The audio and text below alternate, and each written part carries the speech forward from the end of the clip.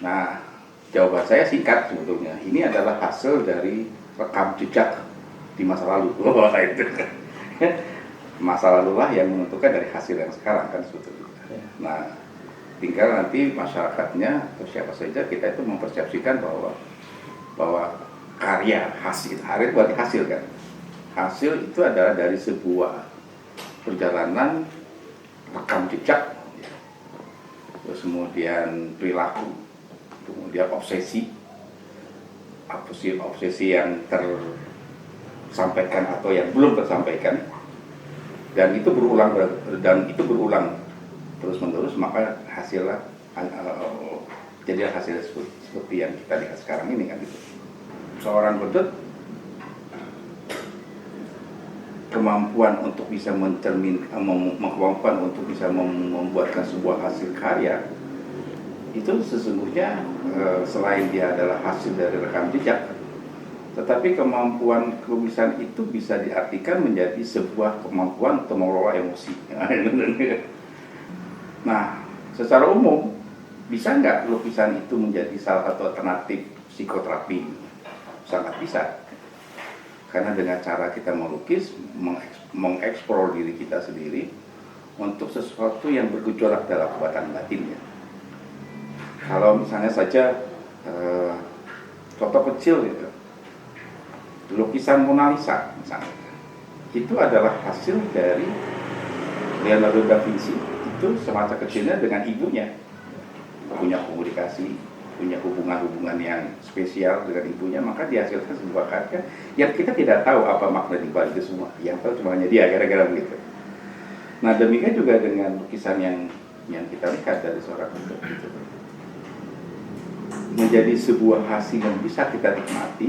Itu adalah cara seorang Godot mengelola emosinya, meneterapi dirinya, memanage keadaan kondisi kebatinannya, maka dia menjadi sebuah hasil. Maka lukisan memiliki kemampuan untuk sebuah sarana terapi buat dirinya sendiri. Kalau lukisannya Pak Godot itu mungkin lebih condong ke arah mana Pak, misalnya kalau dalam dunia? Saya mau katakan ini ada bisa naturalisme, bisa romantisme. Artinya gitu, romantisme itu membawa manusia kembali lagi ke suasana alam, bagian dari nature. Romantisme itu dia anti terhadap modernisme. Dulu melawan neoklasikisme yang hanya teknologi, industri. Jadi di situ.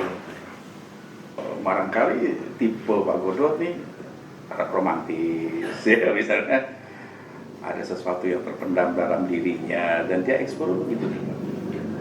Saya kira Pak, kalau lukisan Mas Godot itu menurut pemahaman saya tidak terlalu tepat apabila dengan pendekatan paradigma yang ada. Maka misalnya itu romantis, naturalis dan sebagainya itu kan paradigmatik. Nah, melihat lukisan Mas Godot itu harus juga supaya lengkap itu juga dilihat dari struktur kejawaan Mas Godot. Maka lukisan Mas Godot itu sebenarnya ekspresi isi iku sejatine sakjroning suwung. Jadi ada itu sebenarnya ada di dalam kekosongan. Rame itu sejatine ana sakjroning sepi. Sehingga apa yang ditampilkan Mas Godot itu jiwa Jawa di dalam melihat eksistensi atau realitas. Ya, kenapa saya ingin tanyakan kira-kira dalam pengamatan sebagai seorang pengajar di seni rupa, lukisan ini kan mungkin dikategorikan. Secara akademis memang betul. Ya, sama gerakan. Sama di psikologi juga demikian ya. Bahwa karakter manusia itu secara universal itu cuma hanya 16 Pak. Extrovert, introvert, sensing, thinking dan sebagainya. Artinya, nah dari kelompok-kelompok inilah kita kan bisa tahu kemana arah tujuan akhirnya gitu loh. Itu sebetulnya. Katakan kalau misalnya di kami, seorang yang introvert nggak mungkin jadi marketing Pak. Iya, betul. Kira-kira begitu kan. Nah, kalau misalnya seorang saya tidak tahu apakah seorang yang tadi Bapak anggap Pak Guru tidak ada sebuah apa sebutnya aliran atau apa Gerakan itu sebenarnya. gerakan Ya. Jadi naturalisme itu ingin menyatu dengan alam. Romantisme itu kembalikan lagi manusia tuh ke tengah alam, keluar dari hiruk-pikuk revolusi industri ya. Nah, kalau saya ngeliat Mas Godot ini dari dulu ya, itu yang digambarkan adalah landscape batin. Landscape batin. Jadi dunia dalam. Iya. Jadi dari karya ini saya melihat bahwa Guru Setejo itu seorang yang melihat secara luas, menonton, berkontemplasi, tetapi juga dia ngelakoni. Itu dia sebagai orang yang kecil di situ. Oke. Ya sama dalam dunia grafologi Pak ya.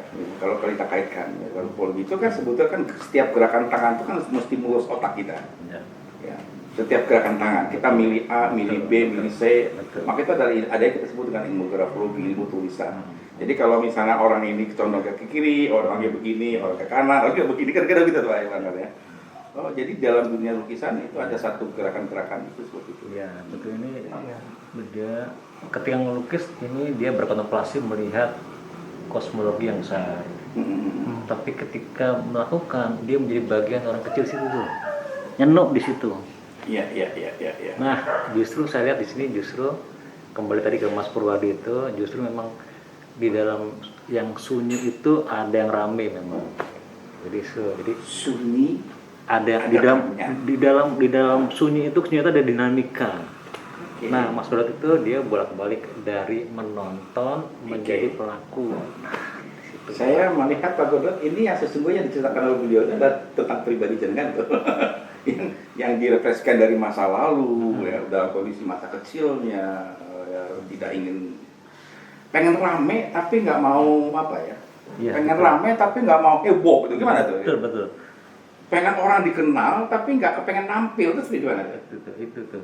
Jadi ada dua. Ya ini karakter-karakter yang sebetulnya unik dan kalau saya lihat setiap Pak Godot itu membuat sebuah lukisan itu saya tidak tahu ya Pak Godot apakah direncanakan 1 jam 2 jam sebelumnya atau makhluk tiba-tiba muncul. Ya biasanya saya rencanakan Pak, jadi memang saya jauh-jauh hari itu tidak jauh-jauh jam, malah jauh-jauh hari kami sudah merencanakan bahwa kami akan buat ini, buat itu dan sebagainya sehingga memang sudah berencana. Mungkin malah itu kok, rencana itu, konsep itu lebih lama dari lukisnya. Iya betul. Udah jadi bagian dari buat lebih suwi ketimbang nonton. Menyiapkannya itu menganyamnya itu lebih lama dari itu. Iya. Tapi melihat Mas Godot itu juga dengan satu reserve apa? Kalau kita menggunakan parameter tertentu, lalu melihat karya sebagai satu tanda, lalu kita mencari makna dari tanda sebagai karya lukis itu sebagai tanda, lalu kita mencari makna itu, ada 3 hal yang ada Pak Godot itu kalau kita melihat gambarnya sebagai satu tanda, sebagai simbol, sebagai satu sistem kode. Ya, Mas. Ada yang harus dipelajari dari Mas Godot itu 3 hal. Dari sistem tanda yang ada yang bisa kita lihat secara visual itu sebenarnya ada 3 yang perlu kita telusur juga. Satu itu anomali, yang kedua itu kontradiksi, yang ketiga deviasi. Apa anomali, apa kontradiksi, apa deviasi, apa deviasi antara produk karya menjadi tanda itu dengan realitas faktual yang dilakukan oleh Mas Godot di dalam kehidupan sehari-hari. Katakanlah dengan instrumen bahwa dia haus komunikasi dengan publik, itu relevan dengan kepandaian dia memasarkan satu produk. Karena ini kan lurus, tapi ada kontradiksi. Karena ada banyak hal Mas Godot yang tidak bisa menjual. Yang tidak bisa dijual Mas Godot itu apa? Satu, orang yang sombong. Nggak bisa kalau terkait dengan dirinya lah ya. Kalau terkait dengan orang lain mungkin bisa malah gitu. Tapi kalau terkait dengan dirinya nggak bisa. Menjajakan keunggulan dirinya nggak, susah Mas Godot itu. Ini apakah ini anomali, apakah ini kontradiksi, apakah ini deviasi. Tapi yang paling pokok. Tetapi kalau begitu menjual milik orang lain, itu pintar. Nah, gitu betul. Kalau produknya sendiri, Mas Godot kesulitan, kehabisan bahasa untuk dokter bisa menyembuhkan orang lain, tapi seorang dokter belum bisa menyembuhkan dirinya sendiri. Kayak gitu. Kan begitu. Satu hal, kalau Mas Godot punya tanda, punya benda yang mau dikomunikasi kepada orang lain, tidak Godotnya yang muncul, tapi bendanya itu. Wah, ini lemari apa, keresi apa gini. Bendanya ini yang dia. Sehingga dia menjadi juru tafsir yang luar biasa ketika memegang sebuah tanda yang harus dikomunikasikan kepada yang lain. Tapi begitu itu menyangkut dirinya, bundet Mas Godot itu. Diri loh ya, diri bundetnya pribadi. Ini mau ciri-ciri terus. Ya karena mungkin itu sentuhan semiotikanya begitu kali ya. Jadi dalam sebuah karya lukis pasti ada yang nyempil gitu ya. Atau mungkin begitu Pak, masa kecilnya memang sering apa gimana? Ini. Tapi oke lah. Saya melihat ada satu yang baik, yang positif yang bisa kita ambil, yang saya bisa pelajari dari seorang Godot, ya, yang saya kenal ini adalah kemampuan seorang Godot yang mampu mengatur emosi. Ini penting. Ya. Lukisan adalah hasil akhir, tetapi dari balik self-nya, dirinya itu adalah dengan melukis seorang Godot itu bisa belajar atau bisa menata suasana kebatinannya, dan ini jarang ditemui oleh orang lain. Apalagi tadi ditambah, ya itu Pak ditambah ya. Tadi bahwa biasanya yang saya tahu nih, seorang yang ingin melukis itu mak duduk tiba-tiba dia kayak pengen lukis apa saja, spontan, ekspresi. Tapi saya baru tahu kalau Pak Godot itu ada dulu ya, dirancang dulu, wah kayak bangunan, kayak ngebangun bangunan. Persiapan ini yang sebetulnya sebuah proses untuk menata kebatinan. Itu yang saya salut dari jenengan itu dalam rangka itu. Nah itu yang saya tengarai, meskipun mungkin saya bisa salah. Yang disebut anomali atau satu kontradiksi atau suatu penyimpangan deviasi itu.